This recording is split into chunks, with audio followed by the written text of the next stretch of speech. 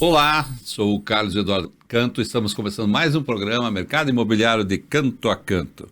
Esse programa hoje é líder de audiência nesse horário. Agradeço a vocês, ouvintes, pelo prestígio. Hoje nós temos dois convidados. No primeiro bloco, Tomás Gomes e no segundo bloco, Gilson Santos. Tomás Gomes é graduado em Engenharia Civil pela PUC Paraná, possui especialização em investimentos imobiliários pela INSPER, cursou o programa de Leadership Development na Harvard e atualmente é head de Real Estate na Life Capital Partners. Investidor no mercado imobiliário há mais de 10 anos. Foi diretor e atualmente é presidente da ADEME Paraná. Obrigado, Tomás, pelo convite, aceitar estar aqui com a gente. Legal, obrigado a você, Canto, pelo convite. É sempre um prazer. E é sempre um prazer gravar aqui na RIC, e ainda mais quando é com um grande amigo, né? Então, fico muito feliz com o convite aí, poder contribuir um pouquinho. Thomas, eu sempre gosto de provocar um pouquinho aqui as pessoas aqui no começo. Você foi estudar engenharia por incentivo de alguém? Sabe que é uma pergunta curiosa e a resposta é que, na verdade, não. Eu sabia que eu queria empreender, né? Sempre soube isso, minha família é empreendedora, meu pai e minha mãe são empreendedores. E acho que o caminho mais fácil de eu empreender e ter um raciocínio lógico por trás disso tudo foi seguir para a engenharia. E a engenharia civil acabou sendo um acaso. Eu não tinha um sonho grande de ser engenheiro, não atuo na engenharia mais. E acabei me matriculando numa faculdade de engenharia por entender que ela era a que mais me prepararia para o mercado. E não me arrependo nem um pouco, né? Na minha família acho que tem um ou dois engenheiros só, e tirando eu. Quero mandar um abraço para o teu pai aqui, que é um amigo. Também tem uma pessoa que é craque naquilo que ele faz, né? Publicidade. Tem sempre muito criativo aqui. Conheceu bastante o mercado imobiliário na época das empresas aqui que vieram de capital aberto. Então ele brigou de frente aí com as agências do Brasil inteiro, né? Então, isso aí. Um abraço. Agora, fala então um pouquinho da sua trajetória assim, profissional, desde que você entrou, estágio, logicamente que você lembra do seu primeiro emprego lá. Então, vamos lá. Minha trajetória foi engraçada porque, como eu falei, eu sempre soube que eu queria empreender. Então, eu sempre soube que os meus estágios seriam meios para um fim, né? Claro que eu me dediquei integralmente a todos eles. Eu nunca deixei de acreditar naquilo que eu estava fazendo naquele momento. Mas eu quis conhecer o máximo de área possível. Então, eu comecei literalmente em estágio de obra de campo mesmo, numa construtora de Minha Casa Minha Vida, que tinha muita obra em Campo Largo. Então, eu nem tinha tirado a carteira de motorista ainda, já estava indo para lá diariamente. Daí, depois, com a carteira, comecei dirigindo. Fiquei durante algum tempo nessa construtora, entendi muito bem como funcionava essa tocada de canteiro mesmo para Minha Casa Minha Vida, no auge do Minha Casa Minha Vida. Isso foi lá em 2012, 2011, assim. Depois de lá, eu acabei indo para trabalhar junto com a minha mãe para entender um pouco mais da esfera financeira administrativa. A minha mãe, na época, tinha algumas lojas da Subway, ela sempre foi franqueada, teve acho que 9, 10 lojas, e eu fui fazer o back-office administrativo e financeiro dela. E eu costumo dizer que no primeiro dia que eu cheguei lá, foi até engraçada essa história, eu cheguei lá, de camiseta, né, de camisa, pronto para trabalhar no escritório, e tinha uma pilhazinha com um boné, um aventalzinho e uma camisa polo da Subway, né? Falei, bom, o que é isso? Acho que isso não é para mim. Comecei a subir para o escritório. Nisso eu encontrei a minha mãe, ela falou, não. Começa lá limpando, organizando mesa de salão, limpando banheiro, limpando estação, e daqui a pouco você vai lá para cima quando você mostrar que você pode ir para lá. E de fato aconteceu isso mesmo. Eu fiquei acho que uns 6 meses até conseguir de fato ir, talvez um pouco menos, até de fato conseguir ir para o escritório e trabalhar no administrativo financeiro. Fiquei durante quase 2 anos lá também. E aí fui fazer um estágio numa construtora de obra pública, que coincidentemente é a construtora do Carlos Cade, que é o presidente do Sinduscom hoje. Eu fui estagiário dele, inclusive. Depois fui para a J. Malucelli. E aí na J. Malucelli eu estava já contratado, literalmente. Ainda não tinha me formado, mas estava contratado. Quando o Marlos Dória, que foi meu sócio durante 8, 9 anos, me convidou para fazer parte do projeto novo dele, que era a MDGP. Sim. A MDGP estava se desvencilhando da Cirela como marca, né? Que ele tocava a Cirela aqui, e eu fui para trabalhar com ele.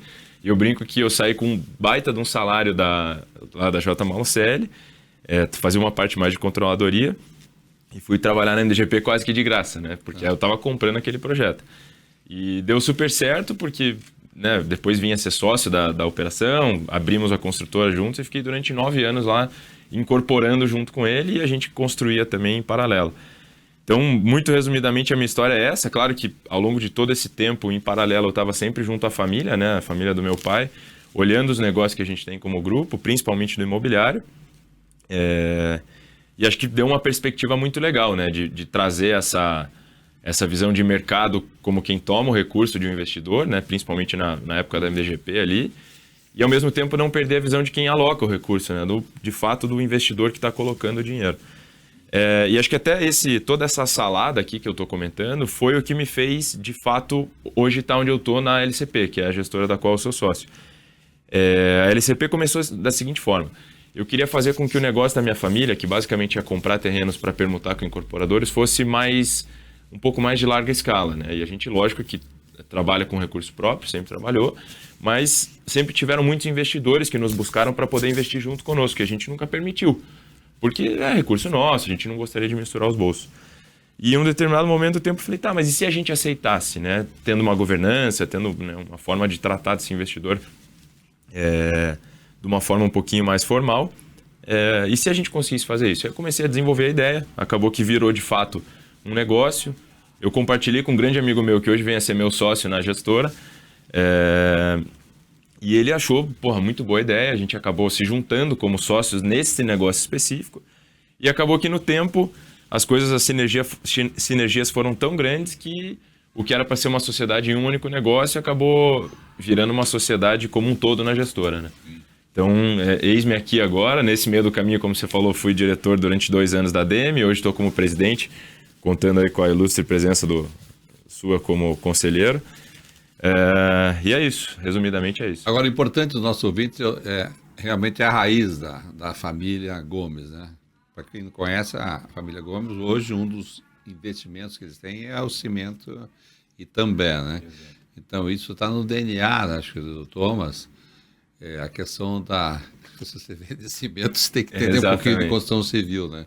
Então, isso que é o mais interessante. Além deles produzirem, né, ter uma indústria, eles hoje em dia estão também entrando em sociedades, né, através dessa gestora, como você falou, para não misturar. Hoje foi e legal que é a terceira geração, né? Que hoje em dia, até a terceira geração, ninguém quis talvez alavancar esse modelo, não é verdade? É isso aí, perfeito. Eu sempre brinco, né? Quando eu conto a minha história de uma maneira mais aprofundada, eu brinco que eu sou cria do cimento, né? Porque indiretamente o cimento é mercado imobiliário, né? Ele é talvez a principal matéria-prima do mercado, né? E acabou que eu cresci nesse meio. Logicamente, aí também a gente nunca teve atuação executiva, né? A família sempre, os sócios sempre foram muito mais conselheiros do que executivos, isso por estatuto, inclusive. E acabou que eu fui vendo aquilo ali, entendendo como que aquilo funcionava e comecei a, de fato, como você falou, a querer ir um passo além, né? E só pude ir nesse passo além porque quem esteve antes de mim construiu tudo que construiu e pôde me permitir, né, que eu fosse esse passo além, senão claro que eu não poderia estar indo. Então é curioso que eu conto exatamente isso, que eu sou meio que cria do cimento, escuto sempre a vida inteira. Agora, vamos falar um pouquinho, antes de entrar propriamente na live, sobre hoje a ADM. A ADM, você como engenheiro, você lá de chão de obra, exato. Daí essa parte financeira que você trabalhou, daí teu pai publicitário famoso, conhecido. Eu sempre digo que unindo essas ferramentas, essas profissões, se torna o executivo, o gestor, ele fica craque. Né?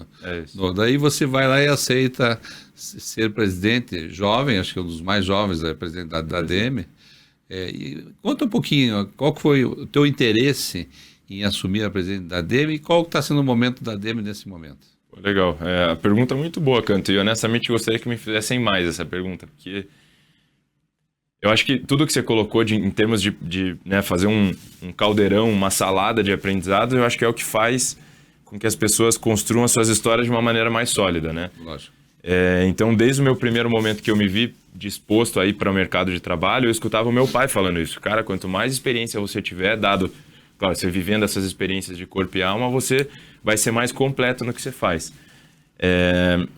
E somando todas essas experiências que eu tive, e agora falando especificamente da Demi, foi exatamente pelo mesmo motivo. Eu sempre quis estar um pouco mais próximo do mercado, né? Não só como integrante do mercado, como incorporador, como construtor, como, enfim, investidor, mas eu quis estar próximo do mercado para entender como é que a engrenagemzinha gira no sentido das pautas que são discutidas, dos players, como é que eles trocam informação.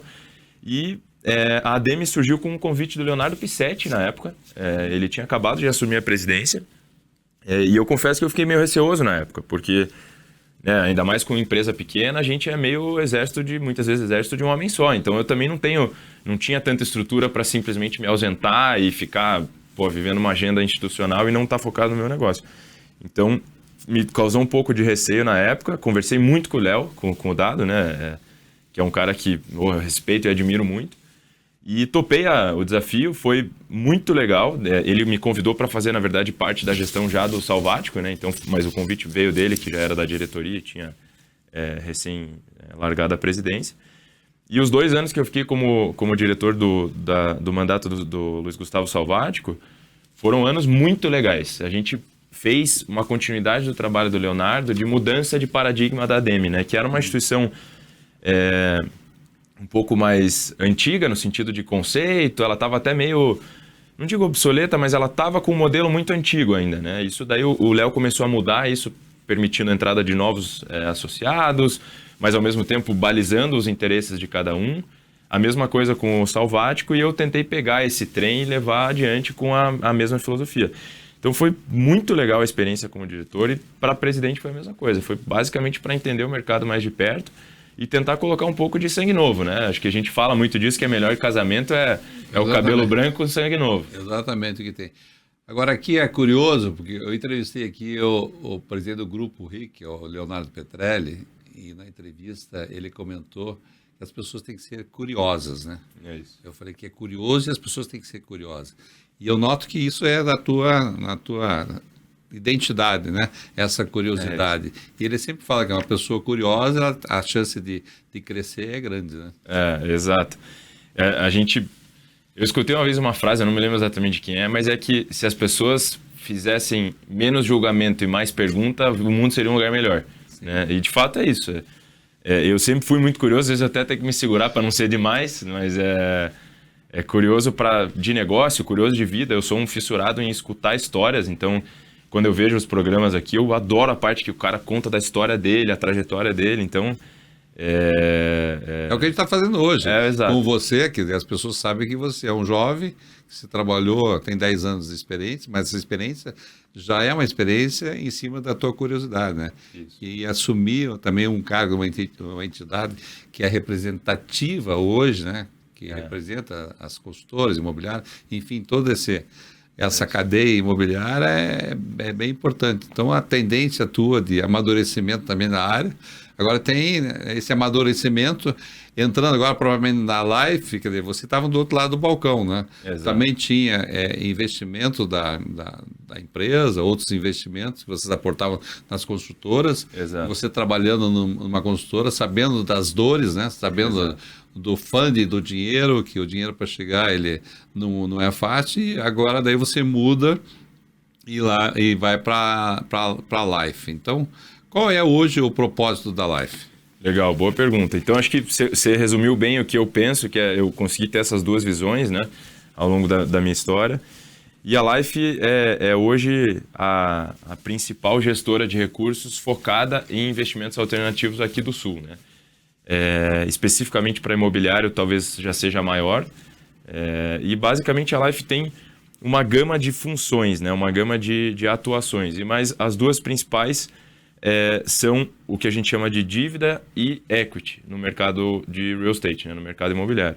Dívida, a gente tem fundos listados já, inclusive estamos num período de captação agora de um deles, que foca basicamente em financiamento à obra de incorporadores, né? Primariamente loteadores e empreendedores de condomínios horizontais, seja fechado ou aberto, mas também para obras de vertical, né? Então um empreendedor, um incorporador que faz essa obra de um prédio ou de qualquer coisa assim, que queira recurso para a obra dele, a gente faz. A gente brinca que a gente emula um plano empresário, só que com a versatilidade do mercado de capitais, né? Porque o plano empresário é excelente, eu usei muito na minha vida, mas ele é mais engessado muitas vezes. O segundo ponto, que acho que seria o principal diferencial da casa, é que a gente atua muito na compra de carteiras, né, de loteamentos. Então, vamos supor que você tem uma carteira de recebível de um loteamento que você fez parte, como permutante ou como desenvolvedor, você tem um fluxo de recebível de 20 anos para receber. Só que você, como empreendedor, muitas vezes você precisa do dinheiro hoje para fazer novos negócios, para você comprar um terreno, para fazer um novo loteamento. E eu, basicamente, como gestora, vou lá, empacoto isso, compro isso a valor presente, eu te pago à vista o teu dinheiro, né, o que você tem no futuro eu trago para valor presente e te pago, e o dinheiro fica com você para você fazer o que você bem entender dentro dessas condições que a gente traçou. Então seriam esses dois principais carros-chefes de dívida da casa, né? E dívida muitas vezes as pessoas associam a algo ruim, mas o plano empresário é uma forma de dívida, né? Então a gente faz isso via mercado de capitais. Hoje, com o cenário econômico do jeito que está, isso está super competitivo. Eu falei, inclusive, numa reunião da ADEME que você estava junto, que era algo que para incorporação vertical não era muito factível, porque muitas vezes você competia com funding de banco, que era muito mais barato e não tinha como, né, colocar custo com custo. E hoje eu tenho sido procurado por construtoras de super renome que estão buscando funding via mercado de capitais para vertical, porque o funding do banco está muitas vezes igual ou pior do que o meu próprio. Então, essa é a parte de dívida que a gente faz. A parte de equity, que foi como o meu namoro, que eu brinco com a LCP, começou, foi exatamente o negócio que a gente tem via o fundo de permuta. Então, basicamente, eu montei um fundo com recurso familiar e dos sócios da LCP, e de vários amigos que queriam investir conosco, que sempre se mostraram apoiadores, que basicamente compra terrenos em dinheiro e permuta com incorporadores numa espécie de uma venda casada. Então o incorporador já quer aquele terreno, eu compro, permuto com ele e tiramos o dono do terreno da jogada. Então, e hoje a área de atuação da Life é Brasil ou está mais restrita na região aqui? Legal. Na verdade, a gente foca propositalmente na região sul. E a gente foca na região sul por alguns motivos, né? Mas muito rapidamente. Primeiro que é um mercado com a economia extremamente pujante, né? A gente que é daqui não precisa nem ficar vendendo muito o mercado para nós mesmos. Segundo, porque os empreendedores daqui, a gente conhece, são caras antiquíssimos de mercado. Então o cara tem muita expertise no que ele faz. Muitas vezes faz muito melhor do que dos mercados mais tradicionais. Exato. E esse cara muitas vezes não tem acesso ao mercado de capitais. E se tem, ele tem até uma restrição, porque aquela história de Faria Lima, tá lá longe, e os caras são meio agressivos, né, aos olhos do empreendedor. Então a gente foca nessa região para atuar justamente nesse espaço. A gente está parceiro do cara, eu estou sentado na mesa do lado dele, não é do outro lado da mesa, e eu estou me beneficiando da expertise dele e beneficiando ele com um recurso que ele provavelmente não teria acesso no mercado normal. Então a gente foca no Sul especificamente por isso. Agora, falando dos nossos ouvintes, a minha experiência aí de anos no mercado imobiliário, você tocou num ponto importante. Hoje, antigamente, vários empresários, eles construíam e abriam seus negócios, né? Isso. Até que um dia esse próprio empresário falou, mas peraí, eu estou investindo, eu mesmo estou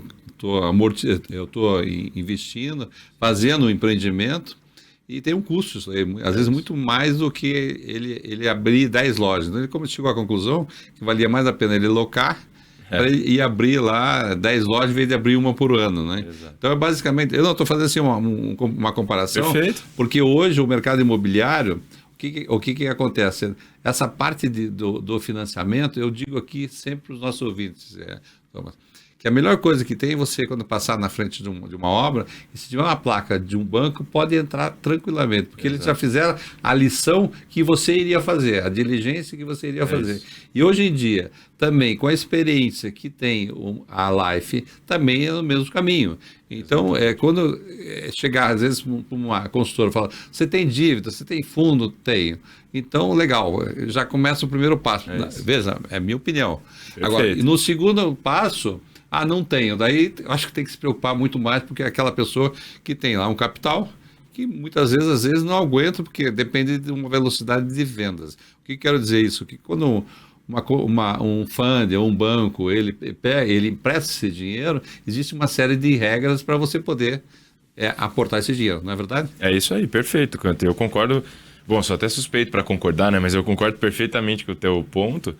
E a gente fala que o funding via dívida, né, que é financiamento bancário, que é, enfim, o que a gente faz, que são dívidas estruturadas, ele é a alavanca para o empreendedor ganhar mais dinheiro e não menos. Não é que aquilo lá custando para ele é algo que é ruim. Ao contrário, isso permite com que ele, ao invés de ele ter um terreno que ele comprou com o dinheiro dele e vai financiar a obra, ele pode ter 10 terrenos. Claro que na medida do tamanho dele, porque né, isso é... Hoje a mão de obra também está... Exato. Teve o chão, hoje em dia já é o custo dentro da... Né, hoje da viabilidade respeitar, né? É isso aí. Então, querendo ou não, o mercado de capitais ele permite isso. Então, ele deixa o empreendedor ganhar mais dinheiro. Libera um pouco essa agenda dele. E para o cliente é isso que você falou. Quando você tem uma placa de um fundo lá, de um banco, de qualquer coisa que seja endossando aquilo, isso deveria ser uma segurança para o cliente. Porque é a garantia de que o dinheiro para aquela obra ser concluída, ele receber o apartamento dele, que muitas vezes é o sonho da vida dele, não vai faltar. Então, se o construtor, né, lógico que tem muitos exemplos muito bons disso, mas também tem os exemplos ruins. O construtor vai fazer com um recurso próprio, faltou dinheiro, e aí ele para no meio do caminho e a gente conhece várias obras aqui de Curitiba. Daí o processo não é um processo, eu digo, água limpa, né? Exato. A pessoa está procurando algum erro teve de marketing, algum erro teve de preço, algum erro teve de alguma coisa, né? É isso. Agora, é uma provocação. Como tem as placas dos bancos nos tapumes, eu não vejo, às vezes, as placas hoje em dia, o fundo de fundos, desses bancos menores de fundo, não tem as placas lá. Não seria interessante colocar lá Life Capital na Perfeito. frente? A gente tem, inclusive, já os terrenos que a gente está fazendo negócio aqui na região já estão com essas plaquinhas. Claro que, como eu falei, muitas vezes o nosso foco maior são loteamentos, então não são empreendimentos que a gente olha no nosso dia a dia, dentro da cidade. Mas os negócios que a gente está fazendo dentro da cidade já são, sim, com as plaquinhas. E isso foi algo que meu pai trouxe, né? Ah, tá. Então estou na mesma linha aqui. Né? Exato. Você foi super bem. Acabar ligado. Agora, como é que o nosso ouvinte ele pode entrar em contato? Existe um mínimo de aporte, o que vocês estão olhando, 10 milhões, 15 milhões, claro. 50 milhões, e também, para ser bem objetivo para o nosso ouvinte que está lá nos escutando hoje, ele fala, peraí, isso que o Canto falou é bastante interessante, não vou pôr meu capital, eu vou procurar a Life e vou fazer um estudo em conjunto. Legal, vamos lá. Então, agradeço primeiro pelo espaço aí. Funciona da seguinte forma, a gente tem 2 núcleos de dinheiro que a gente chama, né? Um é do investidor e o outro é do alocador. Se você quer tomar o dinheiro como construtor, o contato é diretamente comigo mesmo. Então, depois a gente pode deixar os contatos aqui, que acho que vai aparecer para a turma, mas é justamente, especificamente comigo. Para o investidor, são fundos listados em bolsa, então já pode fazer o aporte a partir de R$1.000 via plataforma de investimento, XP, BTG, essas coisas assim. E claro que tem um canal direto com a gente também, que se quiserem a gente pode facilitar esse caminho. Também pode ser comigo isso, né? O meu time, relações com investidores, também estão super à disposição. E basta entrar no site da Life Capital Partners, chama lifecapitalpartners.com.br. E lá você vai encontrar os caminhos para falar com a RI, para falar com nossos telefones e pede para conversar comigo que vão passar exatamente o meu telefone já.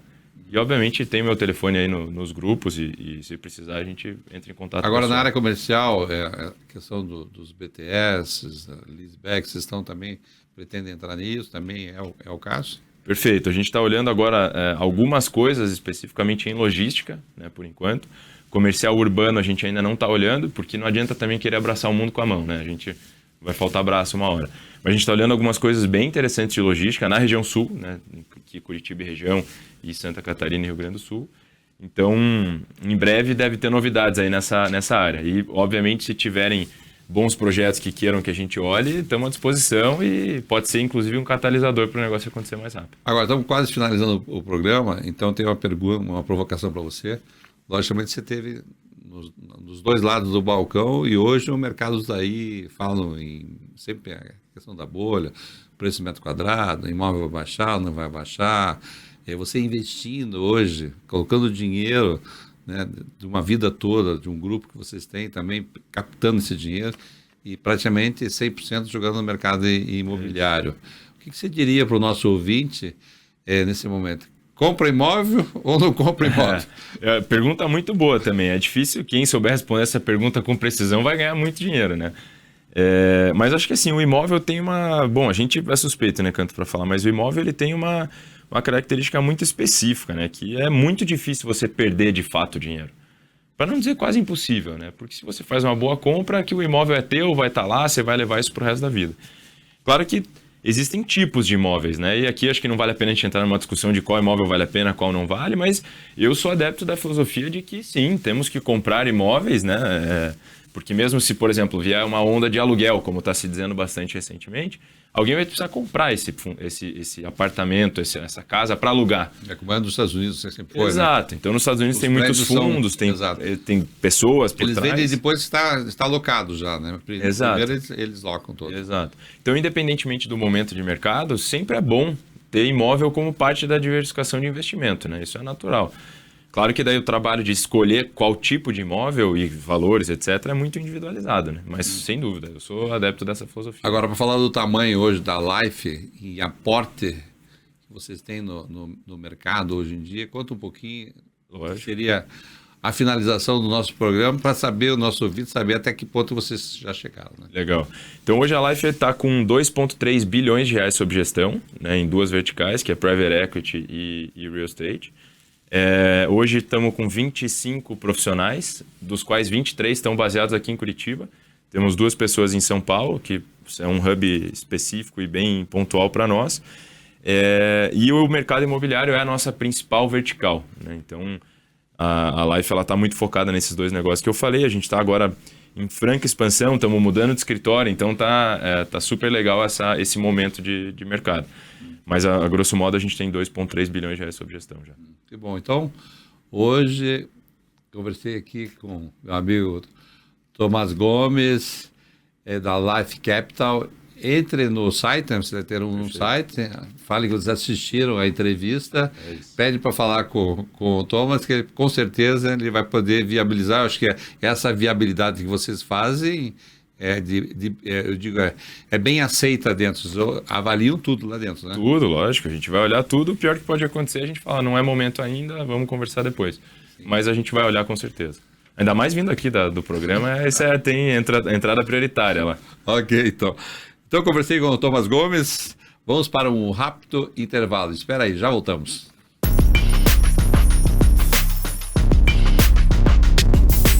Continuamos com o programa Mercado Imobiliário de Canto a Canto, recebendo meu convidado. Gilson Santos é formado em Comunicação Social pela Universidade Campos Andrade e pós-graduado em Ciências Políticas e Planejamento Urbano pela Unileia. Atualmente é presidente do Fórum Nacional de Entidades Metropolitanas e está na presidência da Agência de Assuntos Metropolitanos do Paraná, AMEP, autarquia do Governo do Estado, responsável pela implementação da política de desenvolvimento urbano com ênfase nas funções públicas de interesse comum. Gilson, obrigado pela presença aqui no meu... É uma honra te receber. Eu que agradeço, Canto, a honra é minha, uma oportunidade também da gente contar um pouco da história da Agência Metropolitana, que é uma autarquia do Governo do Estado e que tem essa função de coordenar aqui o planejamento urbano das cidades ao entorno da metrópole. Gilson, acho que para você estar num cargo hoje público, tem que gostar de pessoas. Você lembra desde pequeno, você era uma pessoa interativa com as pessoas, você via nessa questão de servir? Olha, Canto, eu comecei muito cedo, né? Eu sou de uma cidade pequena, eu sou nascido em São Bento do Sul, Santa Catarina, depois me criei em Piê, então lá com 12, 13 anos já estava trabalhando, e com 14 anos eu fui trabalhar num jornal, inclusive, que é um case de sucesso lá em São Bento do Sul. Lá em São Bento do Sul. Com 14 anos? Com 14 anos de idade. Então, o jornal agora, ele completou recentemente 30 anos. Chama-se A Gazeta. E eu comecei lá, né, foca, indo cobrir esporte, tirar foto de jogo de futebol, sair atrás do caminhão de bombeiro quando dava alguma ocorrência. Então, eu fui me envolvendo com as coisas e depois, mais tarde, também comecei a cobrir política. E na reunião da Câmara de Vereadores, né, ver o que os vereadores estavam discutindo. E aí despertou esse interesse também pela questão política, pela vida da cidade, pelas coisas. Mais tarde, né, também atuei em outras prefeituras aqui da região, acabei atuando como servidor lá na prefeitura de Piém, depois prefeitura da Lapa, depois prefeitura de Mandirituba, e trabalhei também aqui na prefeitura de Curitiba, e aí foi, a partir dos 18 anos, a minha vida se concentrou no meio público, na atividade pública. Não parou aí. Como é que você veio parar em Curitiba?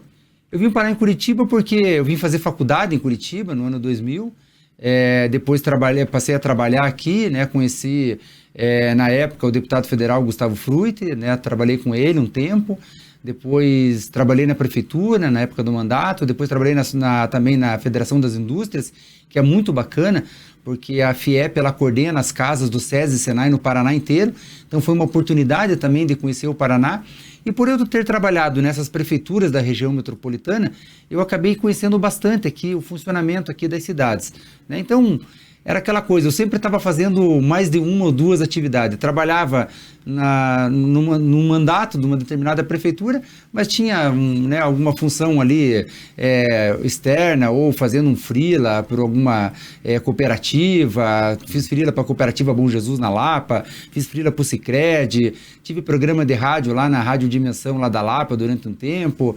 Então, convivi aqui com a região metropolitana. Então, quando participamos aqui da campanha do governador Ratinho Júnior lá em 2018, né, e ele assume em 2019, um local que eu entendi que eu poderia contribuir era nessa questão metropolitana. E aí existia, né, o órgão metropolitano, na época Comec, hoje é a MEP, então, né, acabei assumindo lá a direção da autarquia, e hoje, graças a Deus, a gente está com um trabalho bastante expressivo lá, conseguimos dar uma nova dinâmica para a autarquia, que passou só, além de ser uma gestão só de transporte coletivo, que é importante, né, da questão de uso do solo, mas hoje a gente está com uma relação muito maior de planejamento, e ela foi transformada, inclusive, de coordenação da região metropolitana de Curitiba para agência estadual. Com isso, a gente também passa a atuar nas duas outras regiões metropolitanas do Paraná, que é Londrina e Maringá. Você conversando, eu fico pensando aqui, você é acostumado a ouvir as dores, né, das pessoas, praticamente o dia inteiro você está ali. Como é lidar com isso, né, lidar com essas dores, né, das pessoas, que é vereador, é prefeito, todo mundo está pedindo alguma coisa, né? É isso, Canto, a gente vive um misto de sentimentos, né? No executivo, a gente tem ainda a oportunidade de realizar, né, de fazer entregas.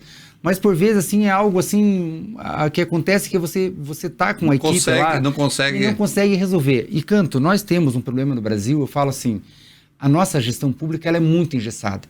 Então, para a gente que está desse lado do balcão, nós temos que ter essa acessibilidade de se colocar do outro lado do balcão, do lado do empreendedor, do empresário, do cidadão que está esperando o nosso serviço. Eu falo uma coisa, sempre isso eu aprendi, para mim é uma máxima, que algo que o poder público precisa trabalhar é a questão de prazo. Eu dou um exemplo. Quando você vai numa panificadora, Canto, você vai fazer um churrasco na tua casa lá sexta-feira. Então você vai lá encomendar uns pães, né? Porque vai fazer lá enfim, né? Ou uma carne mesmo. Você vai no açougue de manhã e encomenda, olha, 6 horas eu vou passar aqui, eu quero X quilo de contrafilé, eu quero X quilo de picanha. Quando você for lá tarde no açougue, você sabe que vai estar lá, entendeu? Porque o açougueiro, o dono do açougue, ele quer te vender, quer te atender. Se você vai numa padaria, você vai fazer um aniversário, olha, vou encomendar um bolo, quarta-feira eu vou passar 5 horas da tarde e pegar o bolo. Você vai voltar lá e vai estar lá 5 horas da tarde da quarta-feira aquele bolo. No poder público, na gestão pública, isso eu falo no todo, né? Você não tem prazo das coisas.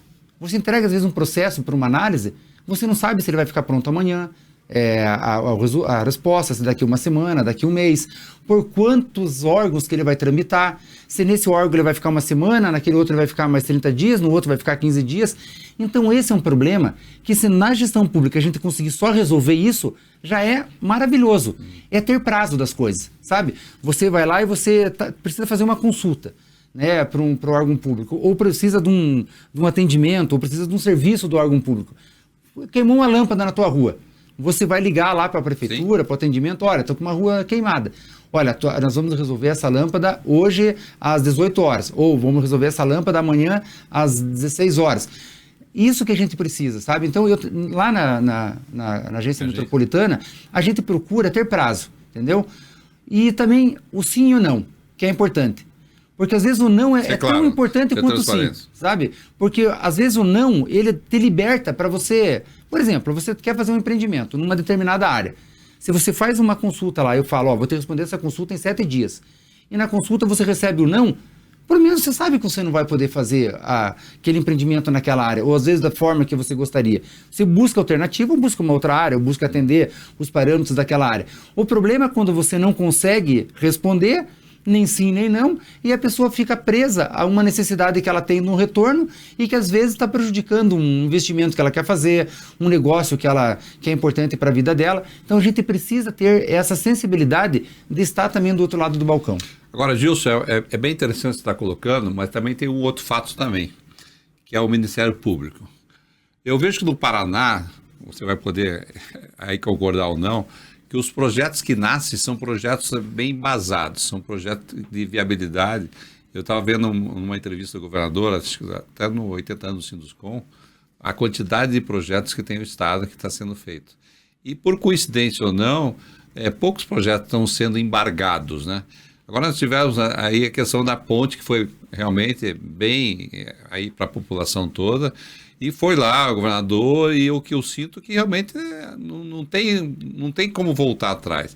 Você acha que o Ministério Público ainda já está bem melhor, ou são os projetos do Paraná que eles são bem embasados, vocês já estão conversando? Porque isso eu acho que é muito importante para o nosso ouvinte, né, ele escutar. Eu acho que as duas coisas, né? O diálogo com o Ministério Público tem sido importante, a gente respeita, eu entendo o papel, seja do Ministério Público, do Tribunal de Contas.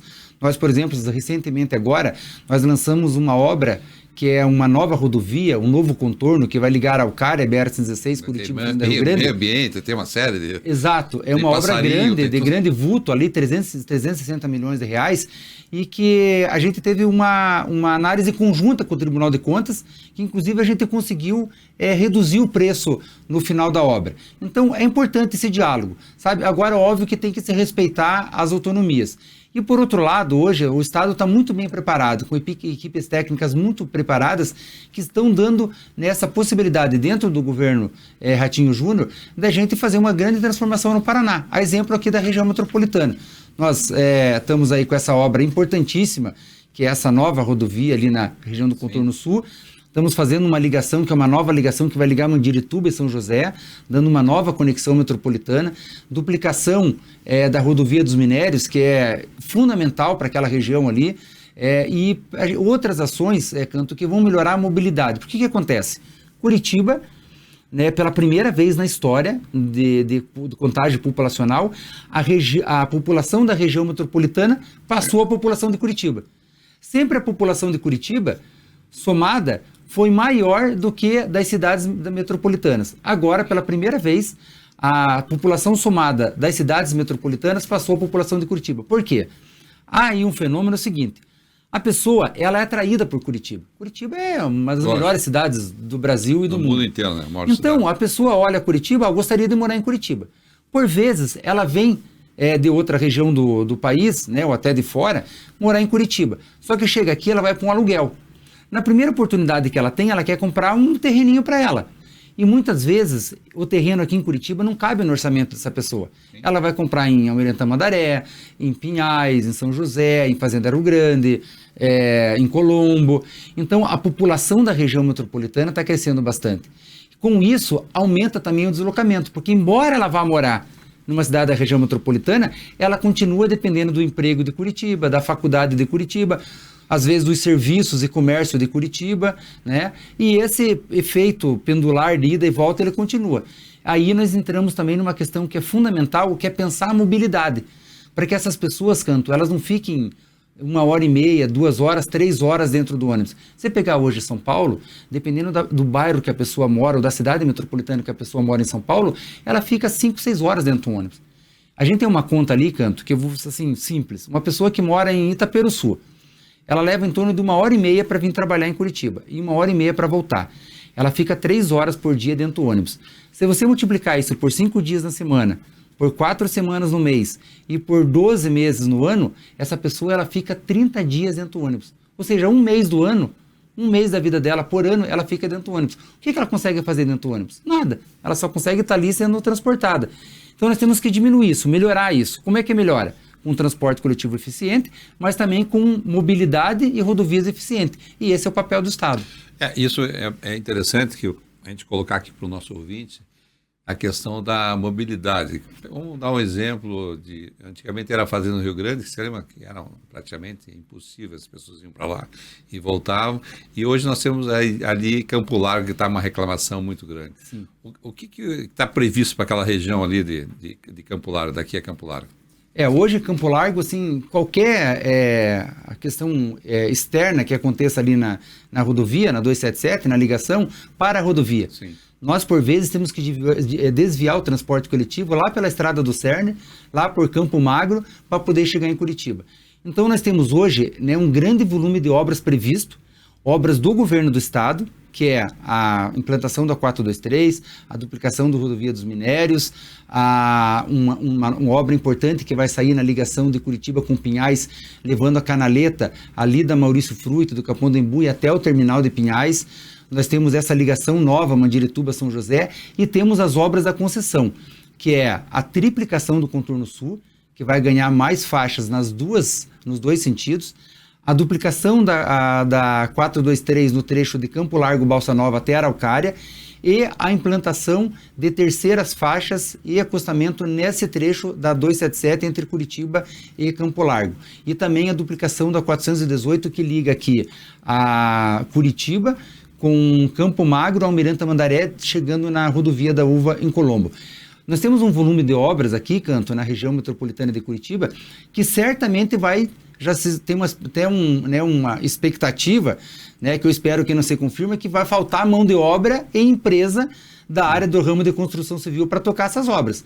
Porque a partir de 2027 agora, as concessionárias dos atuais contratos, elas já precisam entregar obras. Já está lá no escopo, elas já estão finalizando os projetos, isso é uma informação importante aqui até para o teu público, para o nosso público, porque esses projetos eles já estão sendo finalizados. A partir de finalizados, já começa a contratar essas obras. Então, um volume expressivo de obras, nós estamos falando aí da ampliação viária das principais rodovias aqui da região metropolitana, e obviamente com isso a gente evitar esses gargalos e melhorar essa mobilidade. O que eu fico feliz conversando com o Gil Santos, já conheço há muito tempo, e as perguntas que a gente faz está realmente muito preparado, e não é questão do preparado, as obras estão sendo feitas e tenham paciência, né, hoje em dia. Eu sinto que no último, agora com o novo prefeito, com o Eduardo, talvez interagir mais, eu criticava lá atrás o prefeito, que essa questão que você falou das moradias estavam indo para fora da cidade, que ia ter esse engarrafamento.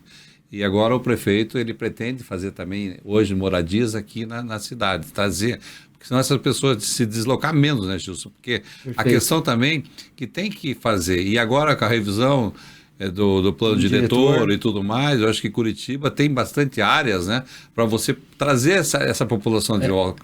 Será uma realidade isso? Isso é o que a gente chama dos vazios urbanos, né, os vazios urbanos. A gente tem agora um trabalho muito interessante aqui, que é o PDUI, que é o novo Plano de Desenvolvimento Urbano Integrado de Curitiba e região metropolitana. Está sendo feito em conjunto com várias mãos, participação de todos os municípios, participação da DEME, participação do Sinduscom, que esteve com a gente lá em todas as oficinas, participação do CREA, participação do IEP, participação da FIEP, do SEBRAE, a Associação Comercial, que é esse, o que é o PDUI? É o novo plano diretor da região metropolitana, é pensar a região metropolitana para os próximos 10 anos. E dentro desse diagnóstico que a gente faz, a gente fala de mobilidade, transporte público, meio ambiente, desenvolvimento socioeconômico, mas a gente fala de habitação. E foram identificados, Canto, justamente em Curitiba e região metropolitana, aonde estão esses vazios urbanos. E o próprio governador Ratinho Júnior, ele tem uma política de verticalização, que a gente evite muito espraiamento. Por quê, Canto? Quanto mais a gente espraia as cidades, quanto mais a gente leva as pessoas para longe, mais a gente está afastando elas do quê? Do serviço, do posto de saúde, da creche, da escola. O custo é maior do terminal de ônibus. Né? O custo é maior, entendeu? Vai ser maior para o cidadão. Também perde, né? E o comércio também perde, porque o que acontece? Qual que seria, né, o ideal, o planejado? Primeiro, planejar. Fazer o terminal de ônibus, fazer o posto de saúde, fazer a creche, fazer a escola. Os terminais de ônibus tem vários vão ser inaugurados agora, rodoviárias e tudo mais. Temos um terminal que entregamos agora, de São José dos Pinhais, um metropolitano, um terminal muito bonito. Recentemente, um novo terminal de Piraquara. Estamos agora com uma área para construir um terminal em Rio Branco do Sul e já avançando também para Itaperuçu. Então, a nossa ideia é que a gente Curitiba, só mudando um pouquinho, Curitiba existia uma ideia de tirar a rodoviária do centro da cidade para Redondeza? Olha, sempre se falou, porque, né... Existe algum projeto nesse sentido? A gente ouve, né, isso é uma questão mais local, mas a gente já ouviu tanto a possibilidade da região lá do Atuba, né, de lá na rodovia, na 116, porque a ideia do ônibus rodoviário, que é o ônibus das pessoas que vêm de outras cidades, interestadual, é que ele fique lá realmente numa rodovia e não precisa entrar dentro da cidade. Né? Então, acho que isso é algo que para ser pensado, mas reforçar também, Canto, que hoje nós temos uma parceria muito estreita e quase que diária com a Prefeitura de Curitiba, né? Com os dois principais órgãos que a gente atua, que é a URBS, por conta desse transporte coletivo que é integrado, e também com o IPUC, que é onde a gente está, né, sempre fazendo trocas em relação à questão de projetos da área de infraestrutura, na área de habitação, né? Então, eu não vejo uma metrópole funcionar sem uma parceria com o governo do estado, e também é muito difícil o governo do estado conseguir avançar dentro da metropolitana se ele não tem uma relação próxima com a metrópole. Porque as cidades se desenvolvem, né, ao entorno da metrópole, no caso aqui em Curitiba, no caso das outras duas metropolitanas, Londrina e Maringá. Então essa relação é muito importante, porque o cidadão, o que ele espera da gente que está lá no serviço público? Sabe que o serviço público, por vezes, né, Canto, ele tem um pouco de preconceito, né? Por tudo que acontece no Brasil, né? Enfim, então, o cidadão ele quer que a gente resolva, quer que entregue. Ele quer a rua dele com asfalto, ele quer a iluminação funcionando, quer que não falte água na torneira, quer que o ônibus cumpra horário, né? Quer a possibilidade de que o bairro dele tenha investimento para que valorize. E esse é o nosso papel, é fazer essa entrega, sabe? Então, por isso que eu digo que no poder público, no Brasil, nós temos que ter essa consciência de que nós precisamos entregar. Não é ir lá, chegar às 8 horas da manhã, bater o cartão e 5 horas da tarde ir embora. E se eu tiver com um processo para despachar às 4:30 da tarde, eu não vou terminar até às 5 porque eu posso voltar no outro dia e continuar. Se eu não voltar naquele dia, eu continuo no outro dia. Eu acho que essa mentalidade do serviço público, que a gente tem mudado aqui, que eu trabalho muito para que a gente não tenha isso, né, lá na agência metropolitana, é que a gente precisa também transparecer para quem tá de fora, para quem está dependendo da nossa atividade. Então, é muito importante e acho que a gente tem desenvolvido isso. Ali na MEP, Canto, a gente tem transporte coletivo, nós temos uso e ocupação do solo, que é a aprovação do loteamento, condomínio, os planos diretores municipais, dos municípios, que a gente faz anuência, e também projetos e obras. Então, assim, são ações que têm impacto direto na vida das pessoas. Eu até nas minhas reuniões lá com minha equipe, eu sempre falo, o que vocês estão fazendo aqui? Eu sempre peço para eles fazerem uma reflexão. O que você, né, técnico que está aqui, diretor, coordenador, o que você está fazendo aqui que está mudando a vida da pessoa lá no bairro, lá na ponta, né? A gente tem que ter essa reflexão, porque se eu estiver lá e eu não tiver essa reflexão e não souber responder isso, é que eu não estou servindo, né? Então eu preciso ser substituído. Então acho que isso é importante para cada pessoa que está ali na frente do serviço público. Mas eu estou feliz aqui para os nossos ouvintes que está sendo uma aula aqui com o Justo. Na verdade, é um urbanista, desculpa, um comunicador social, que na verdade você está falando com o urbanista de uma região, conhecendo, né? E daí tem o governador que no slogan diz que cuida da gente. Eu acho que é isso aí, né? Acho que ele está cuidando das pessoas, né, Gilson? Olha, tem uma coisa até eu acho que vale a pena comentar. Nós estamos licitando agora lá na MEP, ponto de ônibus, abrigo de ônibus. Vamos licitar, o governador liberou 10 milhões, a gente fez a licitação e agora finalizou a licitação, já tem a empresa vencedora, as 3 empresas, foi 3 lotes e a gente vai agora produzir os pontos de ônibus. E aí tem um domingo desse agora, faz 2, 3 domingos, eu estava almoçando, era um domingo, 1:30 da tarde, estava almoçando com a família, minha esposa, filhos, sogro, sogra, enfim. E aí, 1:30 da tarde, mensagem no meu celular, WhatsApp, eu leio governador. Gilson, como está a licitação dos pontos de ônibus? Eu pensei assim, 1:30 da tarde, de domingo. O governador poderia estar assando um churrasco, assistindo um filme com os filhos, tomando uma cerveja. Mas também está preocupado. Não, ele me manda uma mensagem perguntando a licitação de ponto de ônibus. Canto, para quem que é o ponto de ônibus? É para a pessoa mais sensível, aquela pessoa que fica debaixo do sol, debaixo da chuva, esperando um ônibus, que depende do transporte coletivo, que não tem carro, por vezes. E então esse ponto de ônibus, para quem que ele vai ser? Vai ser para aquela pessoa mais sensível, aquela pessoa lá da ponta. E se o meu governador, que é o meu chefe, domingo, 1:30 da tarde, está preocupado com a licitação do ponto de ônibus, Como que eu e minha equipe tem que estar? Tem que estar da mesma forma, também preocupada com a licitação do ponto de ônibus, com a licitação da rodovia, com a melhoria do transporte coletivo, com a melhor análise possível dos loteamentos condomínio que estão ali, passando pela MEP, pela menor análise possível da nova canaleta de BRT que a gente pretende instalar para Colombo e para a Fazenda Rio Grande. Então é isso, é cuidar das pessoas, acho que essa é a essência, né? O Papa Francisco, quando ele assume, né, a posição dele, anos atrás, ele falou que a política era a mais alta forma e essência de você fazer diferença na vida das pessoas. Se eu não tiver essa consciência, também não estou servindo, né? Então, acho que isso é importante. Eu acho que isso a gente tem feito e tem muita coisa boa acontecendo. Nós estamos agora, Canto, para complementar, nós temos aí essas obras que estão acontecendo. Nós temos um projeto que é grandioso, são 2 projetos. Um, Canto, é você estender a canaleta, que hoje ela faz, está só na linha verde, ela para ali no Pinheirinho, na Tuba, para a região sul, levar a canaleta de ônibus até a Fazenda Rio Grande, continuar ela. E para a região norte, do Atuba até Colombo, no Maracanã. Então nós teríamos uma conexão norte a sul maravilhosa. Nós teríamos o maior BRT do Brasil e também da América do Sul. E um outro projeto que nós estamos fazendo em parceria com a Prefeitura de Curitiba e com a Prefeitura de São José dos Pinhais, que é o VLT. Um VLT que sai do aeroporto e vem até o Centro Cívico em Curitiba. Para esse VLT, o trecho escolhido é o trecho do BRT da Marechal Floriano. Então, 80% da infraestrutura já existe. Nós precisamos terminar, que seria a ponta do terminal de São José até o aeroporto, e a outra ponta que seria ali da Praça Carlos Gomes, no centro de Curitiba, até o Centro Cívico. São um projeto também maravilhoso, que a gente precisa pensar num modal diferente também. E óbvio, é um projeto ainda. O BNDES está fazendo a estruturação, nós precisamos ver se ele para em pé ou não, mas nós estamos com uma grande expectativa. É uma virada de chave. E tem que pensar o futuro, né? Tem que planejar. É o que o governador tem falado. Quem planeja tem futuro. Mas Gilson, agora uma questão da iniciativa privada, os empresários. Você recebe muito empresários lá na agência? Porque eu vejo aqui até falando para os nossos ouvintes, aquele que pretende, né, construir, pretende empreender, por que não ir lá conversar com você antes para saber o que vai acontecer na região? Porque muitas vezes o empresário ele não sabe o que está acontecendo. Não é mais fácil uma passada. Você tem essa receptividade lá. Hoje o empresário que está nos ouvindo, ele pode ir lá conversar com vocês, né? Tenho. Eu acho que isso é institucional, é importantíssimo. Não vejo nenhum problema. Então, o recado que você daria para esses empresários hoje? Total. Iniciativa privada. E eu faço isso constantemente. Eu tenho, assim, muitos empresários que vão diretamente, outros vão com o vereador, ou com o prefeito, ou com o deputado.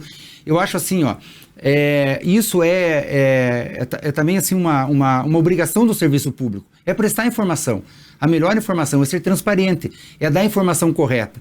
Porque, às vezes, numa conversa, numa intenção do empresário, olha, eu estou com uma intenção de um posto de gasolina lá na ferraria, lá em Campo Largo. Olha, lá a ferraria em Campo Largo, ela está dentro de uma APA, APA da Passaúna. Lá não é possível hoje posto de gasolina, né? Por essa razão. Ou seja, já resolveu a vida da pessoa. Olha, mas existem outras áreas onde são possíveis, entendeu? Então, isso é do nosso dia a dia. Então, acho que é muito importante, até a oportunidade aqui, Canto, até agradeço, porque muitas vezes parece que a MEP também é um órgão de controle, um órgão de fiscalização. Não, nós somos um órgão de apoio aos municípios. E se a gente apoia os municípios, a gente apoia o empresário, o comerciante que está no município precisa empreender, se desenvolver, gerar emprego, gerar renda.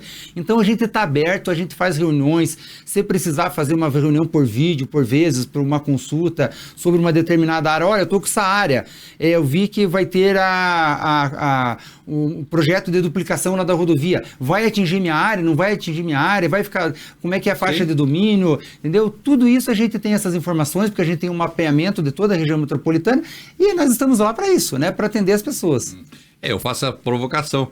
Quer dizer, você que votou lá no vereador X, no deputado X, ou quiser ir direto, mas o ideal é chegar o vereador, marcar com ele, ligar lá para o Gilson e, sei lá, bater um papo mesmo, porque você vai economizar, né, tempo também e muitas vezes está comprando aquilo que realmente não pode ser feito, como você falou, que hoje existem alguns bolsões que realmente você tem que preservar a cidade no seu em torno, porque apesar que a cidade de Curitiba e região metropolitana tem muitos parques e praças. Eu gostaria que você falasse também dessa parte da importância que tem, né? Porque às vezes a pessoa fala, não, tem que derrubar, tem que fazer prédio, tem que fazer empreendimento, mas é importante ter esse pulmão também na cidade, não é? Eu acho que isso é a grande diferença nossa hoje de Curitiba, né? Principalmente a região metropolitana, esse cuidado de você crescer, mas crescer de uma forma organizada, planejada e sustentável.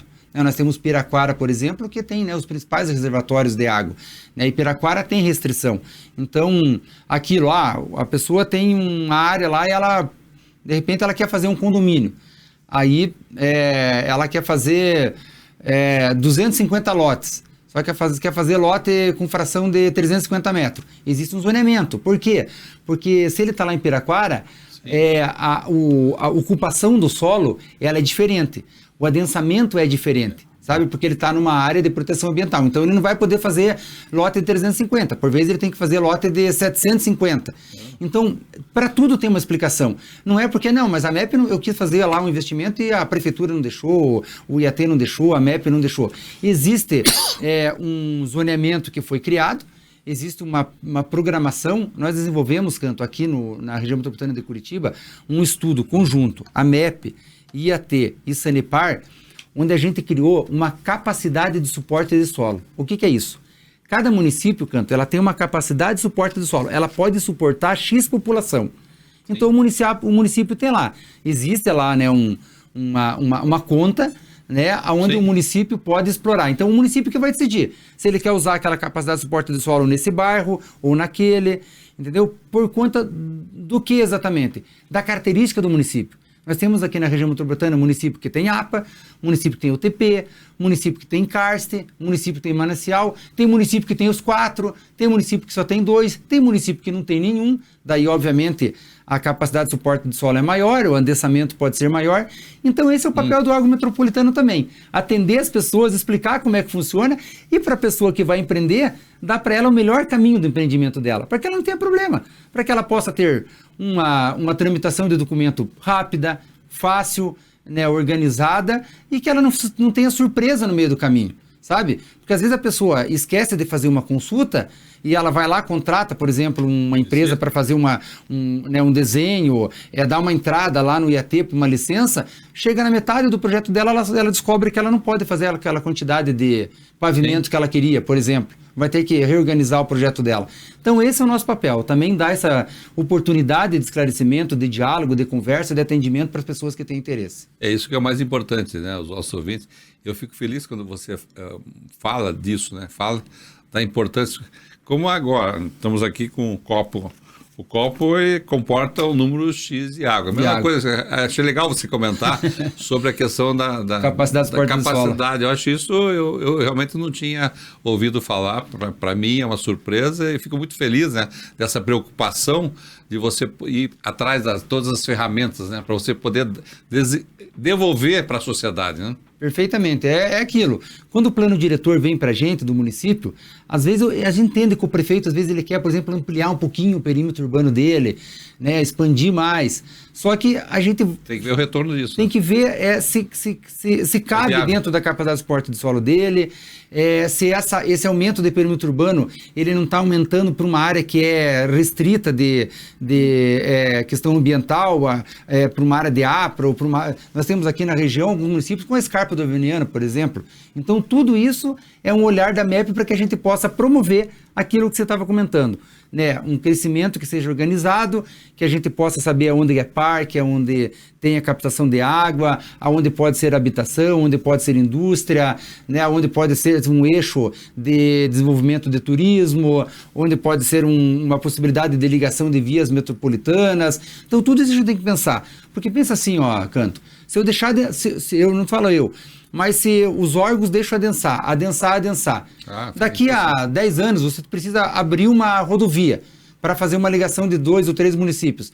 Se você já tem ali adensado, já construiu o prédio, já construiu casa, já construiu, você não consegue mais. Então, você tem que também ter uma análise, uma compreensão de como vai se dar esse sistema viário.